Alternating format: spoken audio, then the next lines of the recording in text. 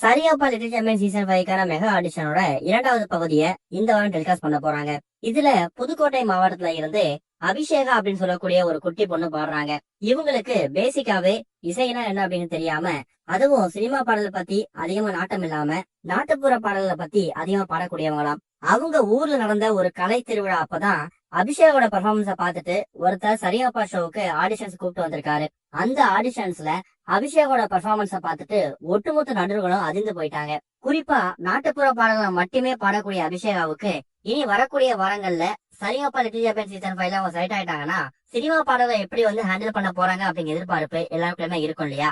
அதை ஃபுல்ஃபில் பண்ற விதமா ஒரு புதிய முயற்சி ஒன்று எடுக்க போறாங்களாம். அதாவது அபிஷேகாவுக்கு டீச் பண்ணணும், இந்த இசையை பத்தி கொஞ்சம் அதிகமா கத்துக் கொடுக்கணும் அப்படிங்கிறதுக்காக இவங்களுக்குன்னு தனியா ஒரு பிராக்டிஸ் பண்ணி கொடுக்கறதுக்காக ஒரு மென்டர் ஒன்ன அப்பாயின்மெண்ட் பண்றதுக்காக சிங்கர் ஸ்ரீனிவாஸ், சிவபக, எஸ்பி சரண், ஸ்வேதா மோகன் இவங்க எல்லாம் முடிவு எடுத்திருக்காங்களாம். அப்படி கத்துக் கொடுக்கக்கூடியவங்க அபிஷேகாவுக்கு இந்த சீசன் 5ல என்ன மாதிரி பாடல பாடணும், என்ன மாதிரி பெர்ஃபார்மன்ஸ கொடுக்கணும் அப்படிங்கறத கம்ப்ளீட்டா டீச் பண்ணிடுவாங்க.